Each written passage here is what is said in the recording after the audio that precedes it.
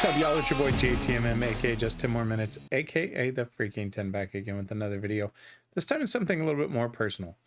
I really wanted to share with you kind of how I got into music, what my first memories were, right? We all have kind of that eye-opening experience that said, oh, what is this? I love listening to it. I really like it, you know? And then, of course, obviously family and how we grew up also plays an influence into it as well. Bands your parents may have liked that still just bring back fond memories. So I just kind of wanted to go over that. And that's something, you know, for me, when I think about what my first memories of music were riding in the car, whether it was to my grandparents in East Texas, my grandparents in Mississippi, you know, going to church on Sundays and listening to the top 40 countdown, the country countdown. I can still hear the guys. I forget his name. I want to say it was Dan something. That he would do the national kind of country top 40 every weekend. And, you know, by the time we went into church, he was like starting it and we were like at number 38, 39. By the time we were leaving church, it was like on number 5, right? And it was just, I remember those moments, you know, very clearly of just going down and singing. You know, my mom loved to sing. She was in the choir, did all that. So I kind of grew up doing the same thing. And the other music I remember as well during the time was my brothers. Now, my brothers are older. They're 8 and 11 years older. And so, you know, by the time I was old enough to kind of remember what I was listening to, they would be playing, you know, either 8 tracks or vinyls in their room before cassettes came out. And I inherited a lot of those, right, as I got older. And they started going off to school. And so I remember getting Van Halen's 5150. I remember getting Rush, Kiss, and those vinyls. I got 8 tracks. One was, it might have been Bee Gees, but it also was the Urban Cowboy. I remember that very clearly. Mickey Gilley and John Travolta on the actual like picture on the 8 track itself. And so, you know, those were kind of those early years, right? Probably up to maybe age 11 was mainly country. And then getting into, you know, the groups as my brother's, you know, musical taste grew. I kind of, you know, always want to inspire to be your older siblings. And so Twisted Sister, Quiet Riot, Rat, Dawkins, Motley Crue, Scorpions.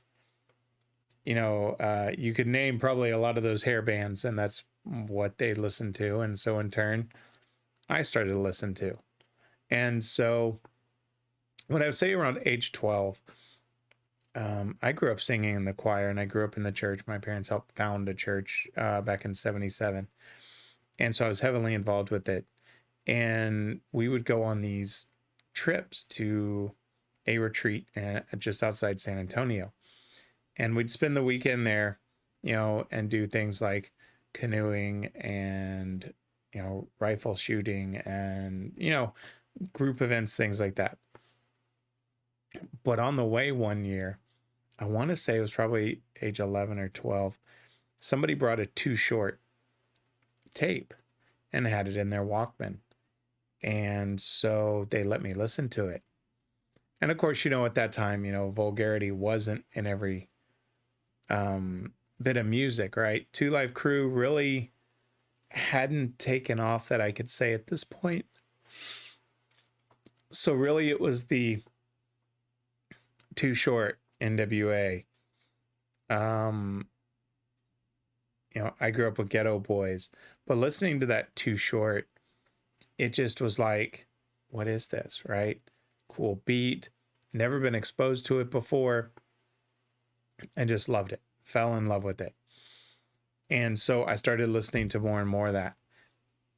And then when cassettes started coming out, I, you know, would buy my own cassettes and, you know, make copies of them with friends, right? We all know how that works. You put the tape over the top, get a blank cassette, and make a copy of it. And so I did that with a lot of hip hop, whether it was, I remember doing that with Too Short. Then Two Live Crew came out. I remember doing it with Two Live Crew. And there were a couple more that I did that with, um, that I remember just off the top of my head. I could go back. I mean, I remember listening to Ice-T. I remember listening to Big Daddy Kane. I remember listening, obviously, to Ice Cube, Dre, Easy. I could go list all those stuff that I listened to as a kid. Ghetto Boys here in Houston. Um, but I still listened to things like country, right? I still listened to Garth Brooks when he first became big. I remember getting that first Garth Brooks tape, of him standing there, and it may have been self-titled Garth Brooks, but he's kind of staring off in the distance, I think, sitting against a fence, because I don't think it was No Fences. I think it may have been a self-title before that, but it could have been No Fences. And listening to that whole thing and just being enamored how well he told the stories with the lyrics. And that's really kind of, Garth Brooks played a huge influence on my songwriting and getting into songwriting, because he painted such vivid pictures. I mean, if you want a great song of how stories can be told in music, go listen to Thunder Rolls and the story that it tells. It is amazing because you can visualize the entire thing. Then as I kind of got older, I kind of, did my own thing with music where it was all hip hop from, excuse me, it's my morning schedule up at 4. From hip hop, and really going hardcore into hip hop at Ghetto Boys and, Eazy-E and NWA, and I can't even go back and remember half the ones. I'll list off my playlist here in a little bit, and you can maybe see some. And then I had some things go on in my life at that during my teenage years, and went back to country, went back to Garth, went back to Tanya Tucker and Randy Travis and George Jones, George Strait, Toby Keith, and all of those. And this really, so when I left high school, I went to a technical college, for computers, and left there after a year. I did more fishing than I did classwork, and got a job at the company. I won't name the company, but I basically got a job with that company in 96 as a contractor, and then got hired on in 97, and I've actually been there ever since. So that kind of, as I started working there, I didn't know I was going to be there that long, obviously, but I still explored music. And this is where one night I went to go listen to my brother's band, my oldest brother, and he played bass, and they had this vocalist, and the vocalist was okay, but there were some things that he just didn't emphasize right with songs in my mind. And so I went to my brother afterwards, and I was like, dude, I'll do this. And I had done performances. I had performed, this is around the 2001. So like when September 11th hit, I did performances of God Bless the USA in multiple venues. And so when I went and watched him, I was like, I could do this. I want to do this. So he and I started collabing on music and writing songs together. We wrote some that I still to this day really like. This is long before YouTube, obviously. This is long before any kind of recording. This is back when an affordable laptop was, $2,500 to $100 to $3,000, and the hard drives were so small that a song wouldn't even fit on a floppy disk. Because I remember trying to record, with one of those little tree stand microphones that sat on the desk, and so I'd set it up on a speaker and try to point it towards, the monitors and such. And I'd go over, and it'd be like hard drive full, and I'm like, crap. So, there's one VHS tape of us performing that I need to find, and maybe I'll post it one day if I can find it. So we wrote a lot of originals, mainly kind of blues, classic rock. We did ZZ Top, Jesus Done Left Chicago. We did Muddy Waters and Hoochie Coochie Man. Georgia Satellites, Keep Your Hands to Yourself. There's a couple others, but those were kind of the normal ones that played into our sets.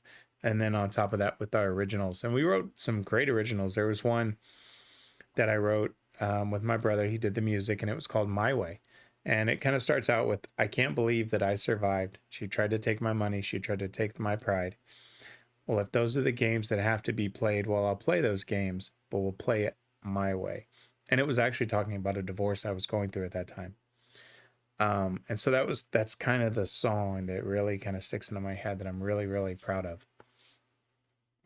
So, once the band split, after a year and a half or so, I kind of left music and got remarried, had 2 kids, still working obviously for the same company. We had moved to Idaho. Then we moved to Louisiana. Then we moved back to Houston. Got a divorce in 2015. Became a single dad with custody of the kids. And then, eventually got remarried. Now I've got a 3-year-old daughter, almost 4, my current wife. And so when I started the YouTube channel, right, and get into kind of today's, it was more when I started watching reactors and I saw how they were reacting, it was the ooh ah, oh, he didn't just say that, and you'd see these pictures on their thumbnails of, this kind of look. And I just shook my head because it's great entertainment. There's some reactors that I still will watch to this day that I enjoy their reaction, because they just have that personality that you can connect with. But for the most part, it was just, it's that ooh and ah. And as I sat there, I was like, nobody's really taking the time to go through the lyrics and understand the stories they can tell. And I don't remember exactly what drew me to Ginger. If I'd posted, I may have posted like Tom McDonald, who I was heavily into it in the time, and some other, kind of hip hop artists, and someone may have mentioned Ginger. And I just remember hearing Tatiana's voice and questioning her, right? And thinking, oh, you're this vocalist, and you can just tell. And then her making me eat my words, and it being probably one of the best moments of my life, because without that moment, I could have deleted the channel and nobody been the wiser as to me calling her out and looking like an absolute idiot, saying, oh no, she's using vocal effects, etc. And so, but that's just not who I am. If I'm wrong, I'm wrong. And so hence I took it on the chin. I was like, you know what? She proved me wrong.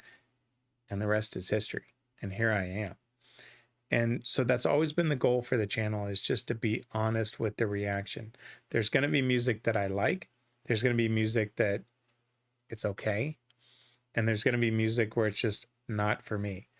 I never want to be down on a music and go, hey, this music sucks. Because to certain people, that music can inspire them.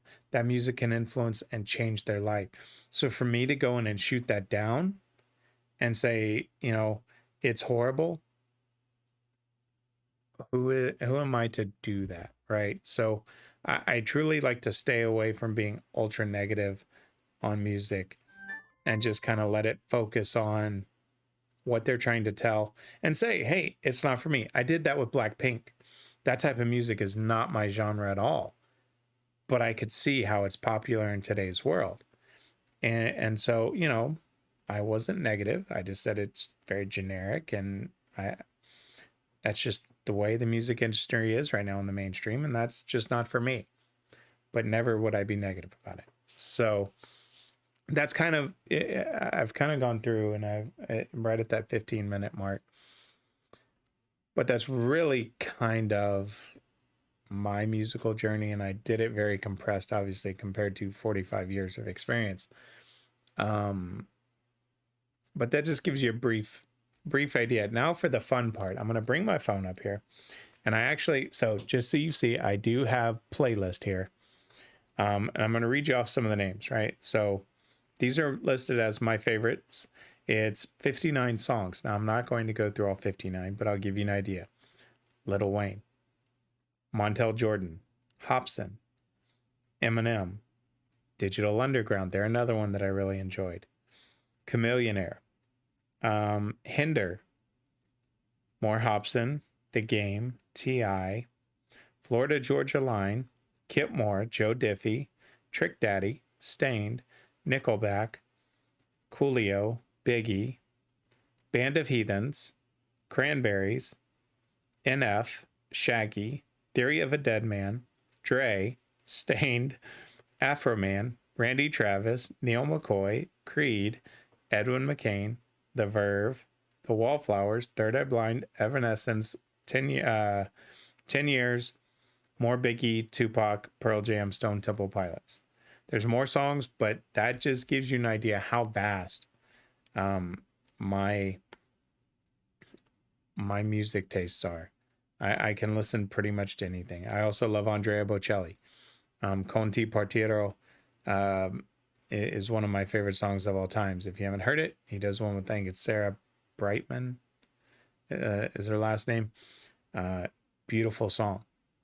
So again, it just kind of gives you an idea of just how vast my musical tastes are.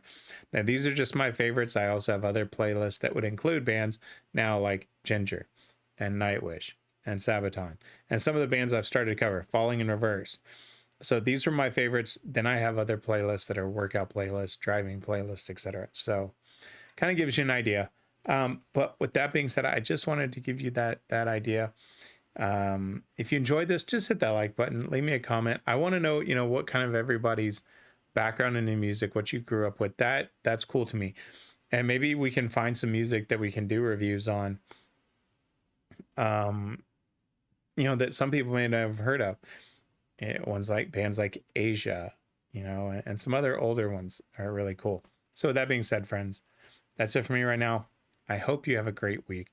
Always remember, if somebody asks you to stop what you're doing, don't ask for 1, don't ask for 2, and don't ask for 5. If someone asks you to stop what you're doing, always ask for just 10 more minutes. I'm JTMM. I'm out.